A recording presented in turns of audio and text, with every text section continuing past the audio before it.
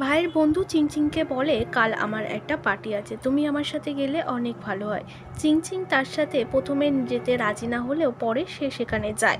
তবে গিয়ে অবাক হয়ে যায়, কারণ যার সাথে দুদিন আগে সে ইন্টিমেট হয়েছে সেই পার্টিতে সেই সিইওই উপস্থিত রয়েছে। সে ঘাবড়ে যায়। চিংচিং পালানোর জন্য বলে, আমার খুব খিদে পেয়েছে। তখন তাকে খেতে নিয়ে আসে ইউয়ে ভাইয়া। চিংচিং বাইরেটা ঘুরে দেখার সময়ই দেখে সিইও তার সামনে আসে। হঠাৎই তার জামা ধরে বলে, এই জামাটা পরে জানো তোমাকে কেমন লাগছে? চিনচিন বলে, আমাকে প্রিন্সেসের মতো লাগছে, অনেক বেশি সুন্দর লাগছে। তখন সিইও বলে, তোমাকে নাবালিকের মতো দেখতে লাগছে, তোমার বয়স 25 আর তোমাকে লাগছে 12 বছর। চিনচিন রেগে গিয়ে বলে, আমাকে তো সবকিছু পরেই বাচ্চাদের মতো লাগে, আর অনেকে আছে যাই পড়ুক না কেন সর্বদাই বুড়োই দেখতে লাগে। কিন্তু চিনচিনের গায়ে হঠাৎই জুস পড়ে যায়। চিনচিনকে একটা ড্রেস দেয় আর বলে ড্রেসটা চেঞ্জ করে আসতে। তবে চিনচিন যেই ঘরে ড্রেস চেঞ্জ করতে যায় সেটা ছিল সিইও এর রেস্ট নেওয়ার রুম।